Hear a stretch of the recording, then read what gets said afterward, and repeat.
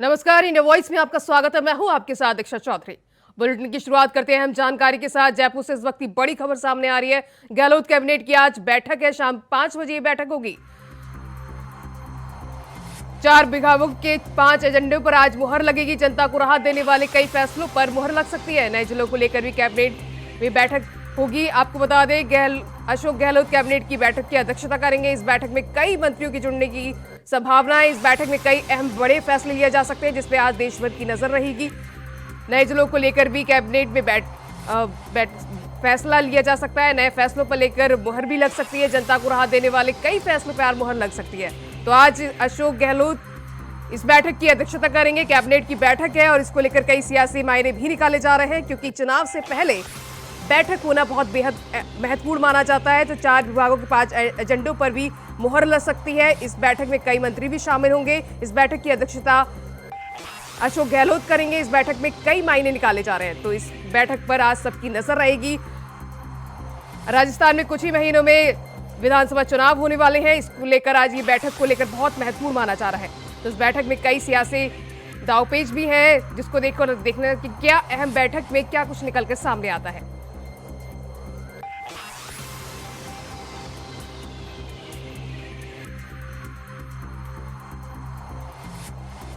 वही इस खबर पर ज्यादा जानकारी के लिए हमारे संवाददाता देवेंद्र नागर जुड़ चुके हैं। देवेंद्र नागर, आने वाले चुनावों को लेकर ये बैठक कितनी महत्वपूर्ण मानी जा रही है? जी बिल्कुल, बता दें राजस्थान में इसी वर्ष विधानसभा चुनाव होने और गहलोत और पायलट के बीच अदावत के चलते इस सप्ताह दिल्ली में राजस्थान की कांग्रेस की सियासत की तस्वीरें नजर आई। पीसीसी चीफ गोविंद सिंह डोटासरा लगातार दिल्ली के प्रवास पर थे, जहां केसी वेणुगोपाल, सुखजिंदर सिंह रंधावा और तमाम जो कांग्रेस आलाकमान के लोग हैं उनके साथ राजस्थान के चुनाव को लेकर बैठक हुई। उस बैठक के तुरंत बाद राजस्थान में ये कैबिनेट मीटिंग काफी महत्वपूर्ण मानी जा रही है, क्योंकि लगातार मुख्यमंत्री अशोक गहलोत पूरे प्रदेश के दौरे कर रहे हैं और राजस्थान में एक बार फिर सत्ता रिपीट करने का दावा भी कर रहे हैं, क्योंकि महंगाई राहत शिविरों में तमाम योजनाओं का जिक्र किया जा रहा है। आज की ये बैठक बहुत अहम है। इसमें सूत्रों के हवाले से जो जानकारी मिल रही है उससे साफ साफ अंदाजा लग रहा है कि अब एक्शन मोड में कांग्रेस राजस्थान में नजर आएगी। आने वाले दिनों में तमाम राहत इस कैबिनेट मीटिंग में दी जा सकती है। इसमें महिलाओं को बड़ी सौगात देने की बात है। तमाम महिलाओं को राजस्थान में जो मोबाइल बांटे जाएंगे, जिसके लिए बजट में प्रावधान भी किया गया था, काफी पेश थे। तो आज तस्वीर क्लियर कर दी जाएगी कि महिलाओं को कब और कितने मोबाइल बांटे जाएंगे। दूसरी तरफ बिपरजॉय तूफान से प्रभावित इलाकों में लगातार राहत की मांग उठ रही थी। तो इस कैबिनेट बैठक में बिपरजॉय तूफान से प्रभावित इलाकों को एक बड़ा राहत पैकेज भी घोषित किया जा सकता है।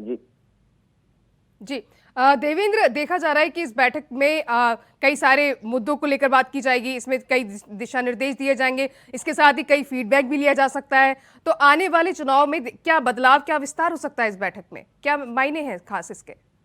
जी आपको बता दें, 1 जुलाई से कांग्रेस का राजस्थान में चिंतन शिविर प्रस्तावित है, जिसमें तमाम हारे हुए प्रत्याशी, जीते हुए विधायकों को बुलाया गया और चिंतन किया जाएगा। अब सीट वार जो फीडबैक है वो पार्टी आलाकमान लेगा। लेकिन राजस्थान विधानसभा चुनाव से पहले सचिन पायलट की भूमिका को लेकर पूरे राजस्थान में चर्चा थी, खासकर पूर्वी राजस्थान के उन विधानसभा क्षेत्रों में जहां पिछले विधानसभा चुनाव में कांग्रेस को बड़ी सफलताएं मिली थी। वहां सचिन पायलट के प्रभाव को कैसे मैनेज किया जाए और सचिन पायलट की भूमिका क्या रखी जाए, सचिन पायलट को मनाने के लगातार प्रयास किए जा रहे थे। तो ये माना जा रहा है कि अब इस सप्ताह इस कैबिनेट मीटिंग में भी निश्चित रूप से सचिन पायलट के विषय को लेकर चर्चा होगी और माना यह जा रहा है कि बड़े बदलाव संगठन और मंत्रिमंडल में हो सकते हैं। चुनाव से पहले तमाम वर्गों को साधने के लिए मुख्यमंत्री अशोक गहलोत बड़ा निर्णय कर सकते हैं। जी देवेंद्र, एक तरफ पायलट की बेरुखी और दूसरी तरफ आने वाले चुनाव,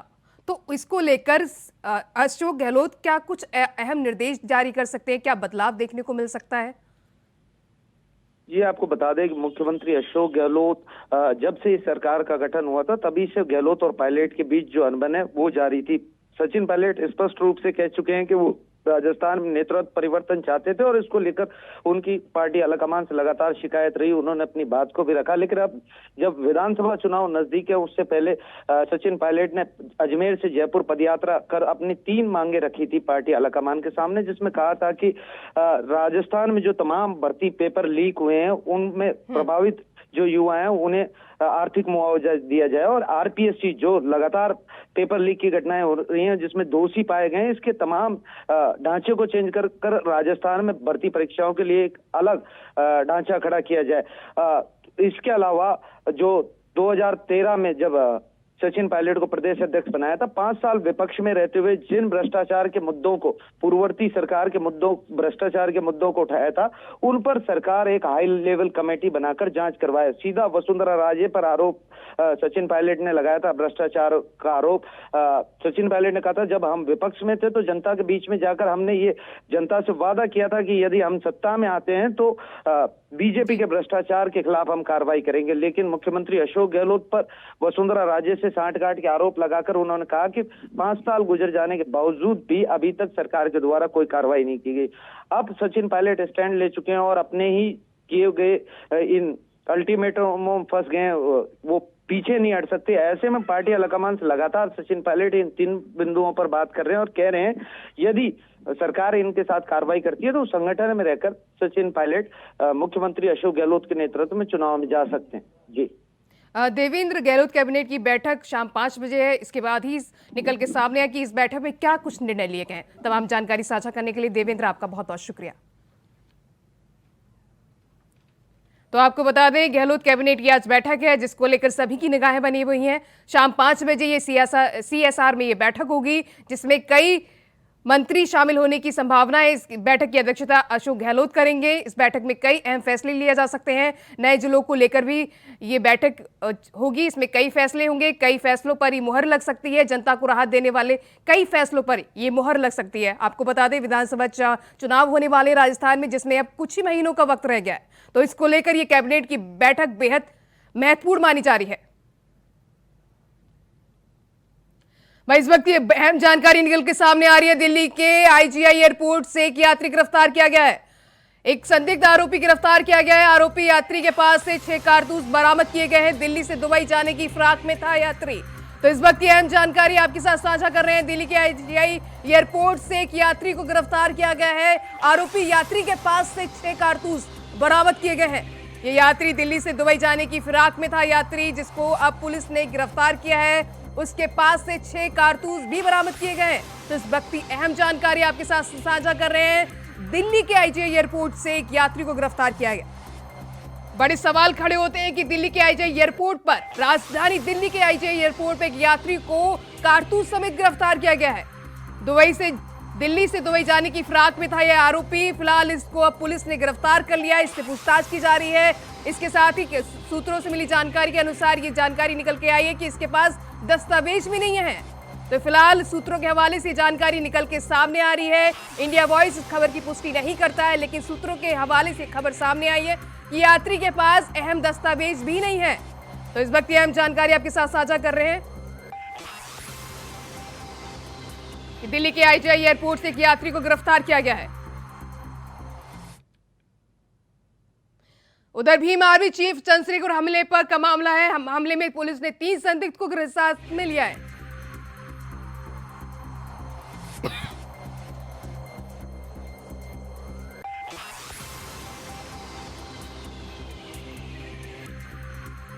तो इस वक्त हम जानकारी आपके साथ साझा कर रहे हैं। भीम आर्मी चीफ चंद्रशेखर हमले का मामले में पुलिस ने 3 संदिग्ध को हिरासत में लिया है। पुलिस ने हमलावरों की कार भी बरामद कर ली है। पुलिस लगातार हमलावरों से पूछताछ कर रही है। इसके साथ ही अन्य साथियों की तलाश की जा रही है।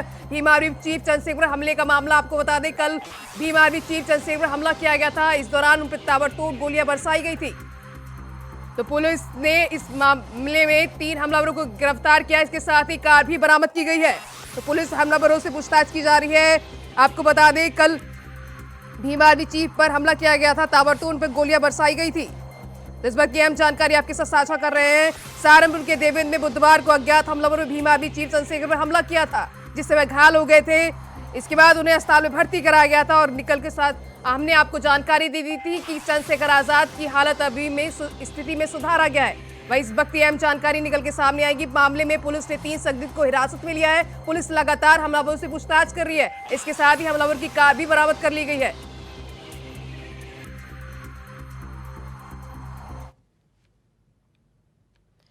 वहीं आपको बता दें आज देश भर में ईद मनाई जा रही है। पीएम मोदी ने ट्वीट कर ईद उल अजहा की शुभकामनाएं दी हैं। ये दिन सभी के लिए सुख और समृद्धि लाए। पीएम मोदी ने ट्वीट कर कहा ये समाज में एकजुटता की भावना भी कायम रखे। तो इस बात की अहम जानकारी आपको साथ साझा करें। देश भर में ईद मनाई जा रही है, जिसको लेकर पीएम नरेंद्र मोदी ने भी शुभकामनाएं दी है। उन्होंने कहा है कि ये समाज में एकजुटता की भावना भी कायम रखे, सुख और समृद्धि लेके आए। ये दिन सभी के लिए बेहद खास है। तो उन्होंने कहा है कि इस दौरान उन्हें पीएम मोदी ने ईद की बकरीद की मुबारकबाद दी है। आपको बता दें देश भर में आज ईद मनाई जा रही है, जिसको लेकर कई जगहों पर नमाज अदा की जा रही है, जिसको लेकर आप प्रधानमंत्री नरेंद्र मोदी ने लोगों को ईद की शुभकामनाएं दी हैं। और साथ ही उन्होंने कहा कि ये दिन सभी के लिए सुख और समृद्धि लेके आए, ये समाज में एकजुटता की भावना भी कायम रखे। तो देश भर में आज ईद मनाई जा रही है, लोग एक दूसरे को गले लगाकर ईद की मुबारकबाद दे रहे हैं। इस दौरान पीएम नरेंद्र मोदी ने भी लोगों को ईद की शुभकामनाएं दी हैं। उन्होंने कहा है कि ये दिन सभी के लिए सुख और समृद्धि लेके आए और ये समाज में एकजुटता की भावना भी कायम रखे। तो देश भर में आज ईद मनाई जा रही है, लोग एक दूसरे को गले लगाकर मुबारकबाद दे रहे हैं बकरीद ईद की। आपको बता दें इस मौके पर दुनिया भर के मुसलमान ने एक दूसरे को गले लगाकर बधाई देते हैं और घरों में दावतें आयोजित की जाती हैं। दुनिया भर के मुसलमानों में द्वारा पैगंबर इब्राहिम के बलिदान को याद करते हुए इस दिन को बकरे की ईद मनाई जाती है। आपको बता दें तो वहीं बता दें देश भर में ईद मनाई जा रही है, जिसको लेकर पीएम नरेंद्र मोदी ने लोगों को बधाई दी है। वहीं लखनऊ से बीएसपी अध्यक्ष मायावती ने भी ईद की शुभकामनाएं दी हैं। उन्होंने कहा है कि सभी भारतीयों को मुबारकबाद दी है, उन्होंने शुभकामनाएं दी हैं। वहीं बीएसपी अध्यक्ष मायावती ने भी बकरीद की लोगों को शुभकामनाएं दी है। उन्होंने लिखा है ट्वीट करते हुए दिली मुबारकबाद, सभी भारतीयों को मुबारकबाद, शुभकामनाएं दी है मायावती ने ट्वीट करके। तो आपको बता दें पीएम मोदी ने भी ट्वीट कर लोगों को ईद की मुबारकबाद दी है। वहीं मायावती ने भी लोगों को ईद की शुभकामनाएं दी है। उन्होंने कहा है कि देश और दुनिया में रहने वाले सभी भारतीय को ईद की मुबारकबाद। तो बीएसपी अध्यक्ष मायावती ने लोगों को ईद की मुबारकबाद दी है। उन्होंने कहा है कि ये समाज में एकजुटता की भावना भी कायम रखे। पीएम नरेंद्र मोदी ने भी ईद की मुबारकबाद दी है। इसके साथ ही राष्ट्रपति द्रौपदी मुर्मू ने भी ईद की मुबारकबाद दी है लोगों को।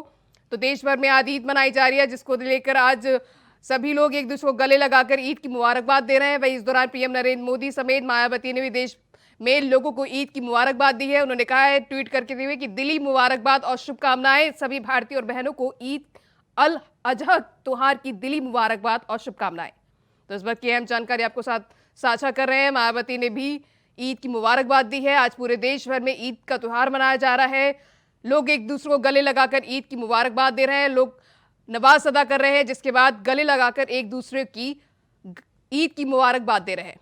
तो आपको बता दें पीएम नरेंद्र मोदी ने भी लोगों को ट्वीट कर ईद की मुबारकबाद दी है। इसके साथ ही राष्ट्रपति द्रौपदी मुर्मू ने भी लोगों को ईद की मुबारकबाद दी है। वहीं मायावती ने भी लोगों को ईद की मुबारकबाद दी है। उन्होंने ट्वीट कर लिखा है कि देश और दुनिया में रहने वाले सभी भारतीय और बहनों को ईद अल अजहा त्योहार की दिली मुबारकबाद और शुभकामनाएं। तो देश भर में आज ईद मनाई जा रही है, लोग एक दूसरे को गले लगाकर ईद की मुबारकबाद दे रहे हैं। तो आज पूरे देश में ईद का त्योहार मनाया जा रहा है, जहां बुलंदशहर के खुर्जा में ईद उल अजहा की नमाज अदा करने के लिए नवाजी ईदगाह पहुंच रहे हैं। आपको बता दें एडीएम, एसपी देहात, एसडीएम, सीओ भारी मात्रा में पुलिस ईद के त्योहार को सकुशल बनाने के लिए अलर्ट पर है। साथ ही पुलिस ड्रोन से भी निगरानी कर रही है।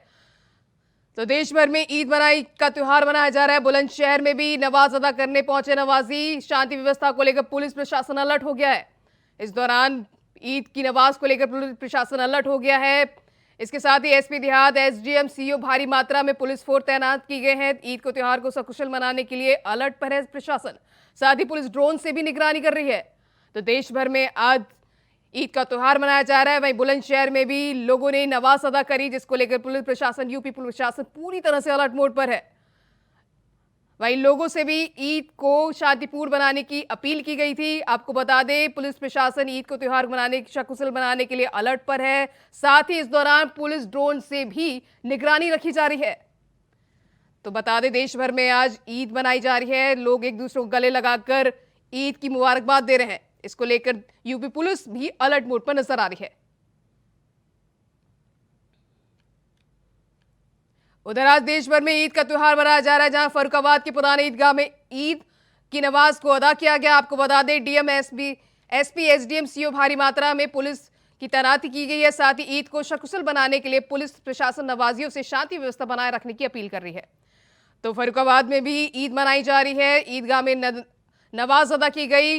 इसके बाद साथ ही पुलिस प्रशासन अलर्ट मोड पर नजर आ रही है, ड्रोन के जरिए निगरानी रखी जा रही है, लोग नमाज अदा कर रहे हैं। साथ ही लोगों से अपील की है कि शांति व्यवस्था बनाए रखें। इसको लेकर पुलिस प्रशासन पूरी तरह से तैयार है। ईद को लेकर शांति व्यवस्था बनाए रखने की अपील की गई है पुलिस प्रशासन की तरफ से, और साथ ही पुलिस ईद को लेकर पूरी तरह से अलर्ट मोड पर नजर आ रही है। तो देश भर में आज बकरीद मनाई जा रही है, लोग नमाज अदा कर रहे हैं, जिसके बाद वो एक दूसरे को गले लगाकर ईद की मुबारकबाद दे रहे हैं। वहीं इसको लेकर यूपी पुलिस पूरी तरह से अलर्ट मोड पर है। वहीं फर्रुखाबाद में भी नमाज अदा की गई। देश भर में आज ईद का त्योहार मनाया जा रहा है। इसको लेकर पुलिस प्रशासन अलर्ट मोड पर है, ड्रोन के जरिए निगरानी रखी जा रही है और लोगों से शांति व्यवस्था बनाए रखने की अपील भी की गई है।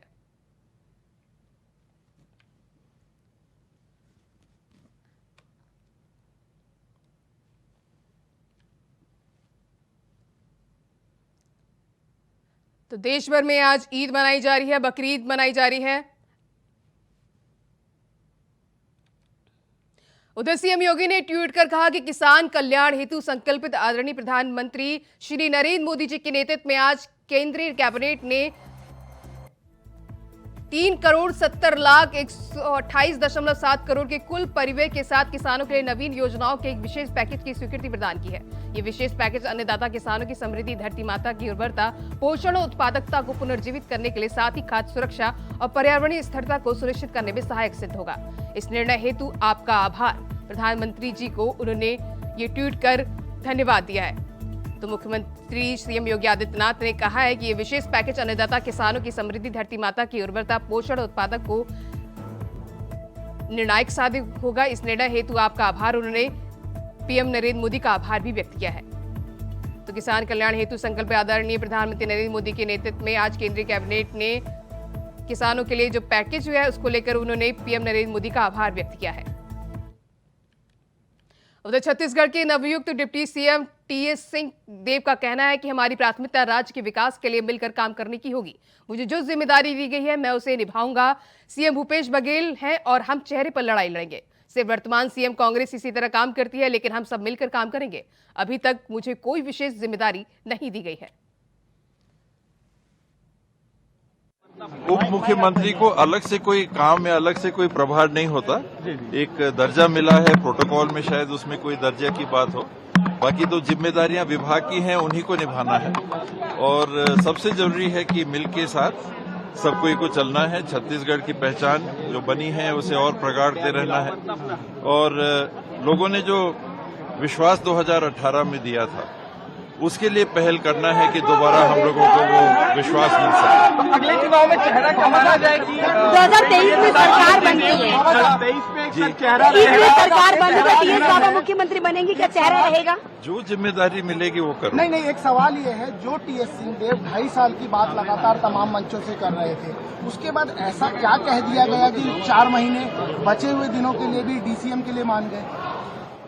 मैंने कभी 2.5 साल की चर्चा नहीं की, आप लोगों ने की थी। मैं आप लोगों का आभार भी व्यक्त करूंगा आज मीडिया के साथ, न केवल इन 4.5 सालों में बल्कि कई सालों से का हमेशा सकारात्मक साथ मिला। और आज के दिन आप सबको बधाई।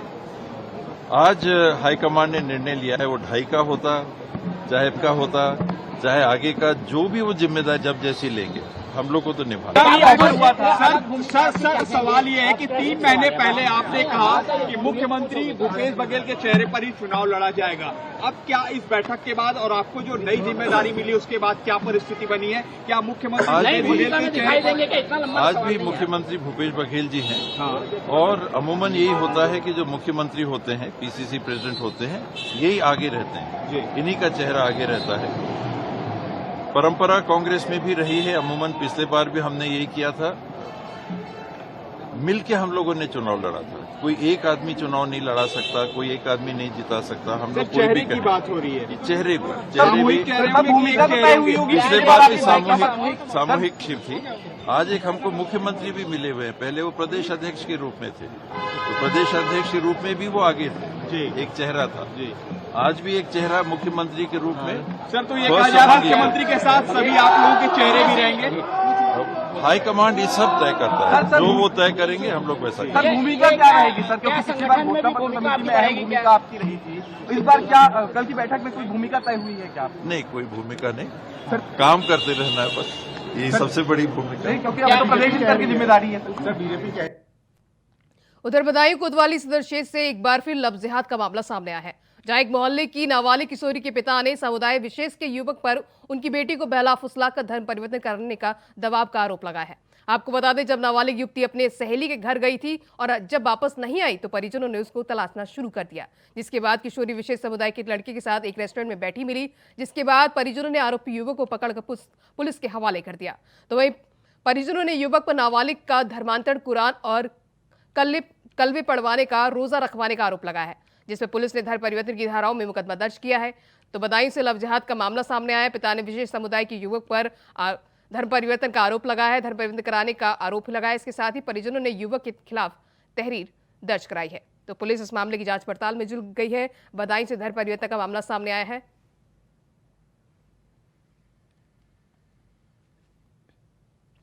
उधर भदोही में पुलिस और लुटेरों के बीच मुठभेड़ हो गई, जहां 2 छात्र लुटेरों को गिरफ्तार किया गया है। आपको बता दें कि जिले के गोपीगंज और सुरियावा थाना क्षेत्र के बीते दिन एक महिलाओं के साथ लूट की घटनाएं हुई थी, जहां चलती बाइक से लुटेरे गहने छीनकर भाग गए थे, जिसके बाद पुलिस इस मामले में बाइक सवार अज्ञात बदमाशों को तलाश कर रही है। तो वहीं मुठभेड़ के दौरान लुटेरे के पैर में गोली लग गई, जिसके बाद घायल बदमाश को इलाज के दौरान अस्पताल में भर्ती कराया गया है। साथ ही मौके से एक तमंचा और बाइक बरामद की गई है। तो भदोही में पुलिस और लुटेरों के बीच मुठभेड़ हुई है। इस दौरान मुठभेड़ में एक बदमाश घायल हो गया है, जिसके पास आरोपियों के पास से पैर में गोली लगी है। इसके साथ ही आरोपी के पास से असला भी बरामद किया गया है।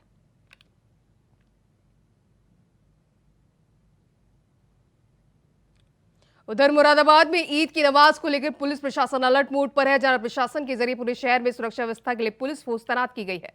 आपको बता दें, सुबह से ही नगर निगम के सफाई कर्मचारी कर रहे हैं। साथ ही निगम की ओर से आवारा कुत्तों को पकड़ने के लिए भी व्यवस्था की गई है, जहां निगम कर्मी जगह जगह जाल लेकर घूम रहे हैं।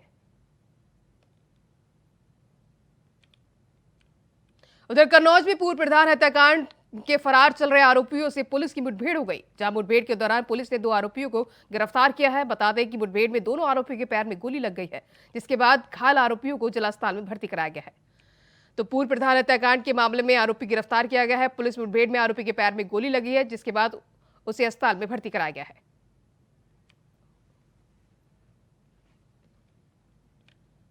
आज फरीदकोट के तलवंडी रोड पर एक कार में आग लग गई। बता दें कि कार सवार महिला उतरकर किसी काम से बैंक गई, तभी कार में अचानक आग लग गई, जिसके बाद बैंक के गार्ड ने तुरंत फायर ब्रिगेड को सूचना दी। तो वहीं मौके पर पहुंचे फायर कर्मी ने आग पर काबू पाया। तो फरीदकोट में एक कार में भीषण आग लग गई। आग जलकर पूरी तरह राख हो गई। मौके पर पहुंचे फायर ब्रिगेड के कर्मचारी ने आग पर काबू पाया। उधर सोनीपत में कालीपुर गांव के नजदीक मायापुर में संदिग्ध हालत में 2 नाबालिग भाई बहनों की मौत का मामला सामने आया है, जहां परिजनों के मुताबिक दोनों भाई बहन को रात में मैगी खिलाई गई थी। उसके बाद दोनों की तबीयत खराब हो गई, जिसके बाद दोनों को हॉस्पिटल में भर्ती कराया गया, लेकिन इलाज के दौरान मौत हो गई। फिलहाल पुलिस ने शव को कब्जे में लेकर पोस्टमार्टम के लिए भेजा है। परिजनों की शिकायत पर पुलिस मामले की कार्रवाई में जुट गई है। तो फिलहाल इस बुलेटिन में बस इतना ही। खबरें लगातार जारी हैं। नमस्कार।